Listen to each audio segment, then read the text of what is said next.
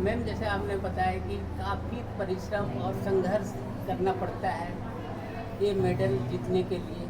आपने बताया कि हमने 2 साल तक कम से कम इस मेडल के लिए हमने संघर्ष किया और आपने और भी मेडल अभी तक जीता हुआ है। तो मैम ये श्रेय किसको देना चाहेंगे आप?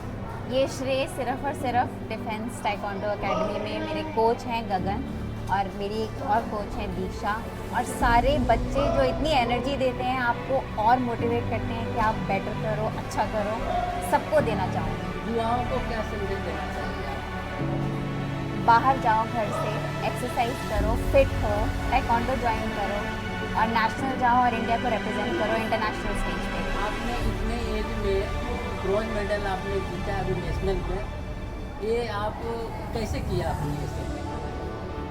मैं नहीं कर पाती अगर मेरे कोच मुझे मोटिवेट नहीं करते। उन्होंने ही मुझे मैदान में उतारा, उन्होंने ही बोला आप कर सकते हो, उन्होंने हिम्मत दी, नहीं तो मेरा कोई ऐसा मोटिव था नहीं। और जब मैंने किया तो फिर बहुत अच्छे से किया और आगे भी और अच्छे से करूँगी। क्या आपको घरों से सपोर्ट मिलती है आपको? बहुत सपोर्ट मिलती है मुझे, सबसे ज़्यादा सपोर्ट मेरे बेटे से मिलती है, जिसकी वजह से मैं इस अकेडमी में आई थी, और घर वालों से तो सपोर्ट मिलती है, उनके बगैर तो कुछ भी नहीं कर क्या आपका सकते। बेटा भी इस गेम में जुड़ा हुआ है? हाँ जी, वो पिछले 3 साल से है यहाँ। जब वो 5 साल का था मैं उसको लेकर आई थी, अभी 8 साल का हुआ है।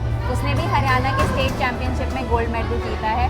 आगे मैं उसको प्रिपेयर करवाऊंगी और हमारी एकेडमी प्रिपेयर करवाएगी नेशनल और इंटरनेशनल स्टेज के लिए। तो आप इस गेम में माँ और बेटे दोनों जुड़े हुए हैं? बिल्कुल, दोनों हम एकेडमी को रिप्रेजेंट करेंगे इंडिया और इंटरनेशनल स्टेज पे, बिल्कुल तो करेंगे। आप भी चाहेंगे कि मेरा बेटा भी इस तरह का मेडल जीते? जीतता रहे, एक ही नहीं, बहुत सारे जीते और हमारी एकेडमी को प्राउड करें। Thank you Mona ma'am, congratulation. Thank you.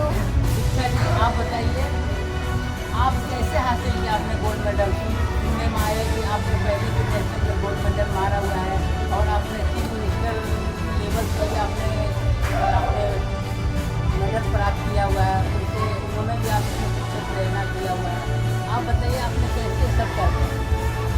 इसके पीछे बहुत सारी मतलब ट्रेनिंग छुपी हुई है, बहुत सारी हार्डवर्क छुपा हुआ है, बहुत सारी फेसेस हैं जो मैं बचपन से मैं ट्रेनिंग कर रही हूँ। जब मैं 7 साल की थी, जब से मैं टाइकोंडो से जुड़ी हुई हूँ, उसके बाद मेरा स्टार्टिंग में तो मेरा मेडल नहीं आता था, क्योंकि बच्चों को नहीं पता होता है कि उनका एम क्या है, टारगेट क्या है। तो मैं भी ऐसे मस्ती में ट्रेनिंग करती थी, मस्ती में ऐसे जाते थे नेशनल। तो पेरेंट्स ने एक बार छोड़ा, दूसरी बार छोड़ा, तीसरी बार छोड़ा कि ठीक है कोई बात नहीं। उसके बाद डायरेक्टली पेरेंट्स भी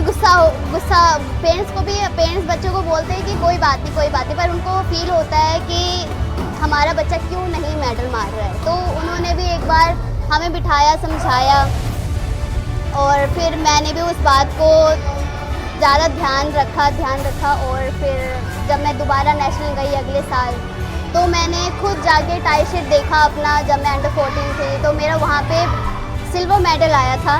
तो मेरे पापा, मेरे ब्रदर जो मेरे कोच है इस वक्त, और उन्होंने बहुत सपोर्ट किया और वो बहुत ज़्यादा हैप्पी थे कि चंडीगढ़ का मेडल आया है और उनकी बहन का ही आया है। और उसके बाद मैंने कंटिन्यू मतलब 2015 में, 16 में, 17 में कंटिन्यू मैंने फ़ाइट किया और मेरा कंटिन्यू मेडल आया। और उसके बाद अब मैं सीनियर कैटेगरी में मैंने गोल्ड मेडल हासिल किया है अंडर 30 वेट में। इस बार आप नेशनल खेलने के लिए गए तो आपके अंदर से क्या भावना जाग रही थी कि आप मेडल निकाल लेंगे? इस वक्त मेरे को अंदर से ऐसा फील था कि मेडल आएगा कि नहीं आएगा, क्योंकि इस बार काफ़ी टफ कंपटीशन था सीनियर्स में, वो भी पुमसे अंडर 30 कैटेगरी में। और पिछले साल मेरा सिल्वर आया था, तो इस बार मेरे को था कि मेरे को गोल्ड ही लेना है, सिल्वर नहीं लेना। सिल्वर से मैं खुश नहीं हूँ, तो मैंने बहुत ज़्यादा ट्रेनिंग करी, फोकस थी। उसके बाद मैं मतलब जब मेरा गोल्ड मेडल आया तो मैं बहुत ज़्यादा अनएक्सपेक्टेड थी और मैं बहुत ज़्यादा हैप्पी भी थी। मैं मतलब एक्सप्रेस नहीं कर पा रही थी कि मैं उस टाइम क्या रिएक्ट करूँ कि सच में मेरा गोल्ड आ गया है। आप हरियाणा के युवाओं को क्या संदेश देना चाहेंगे? हरियाणा को युवाओं को मैं ये संदेश देना चाहती हूँ कि नशे में ना जाकर आप स्पोर्ट्स में आओ, स्पोर्ट्स में आप फिट रहो और आप भी एक अच्छे लेवल में जाओ और अपने देश का, अपने पेरेंट्स का नाम रोशन करो। ये श्रेय किसके ऊपर जाता है?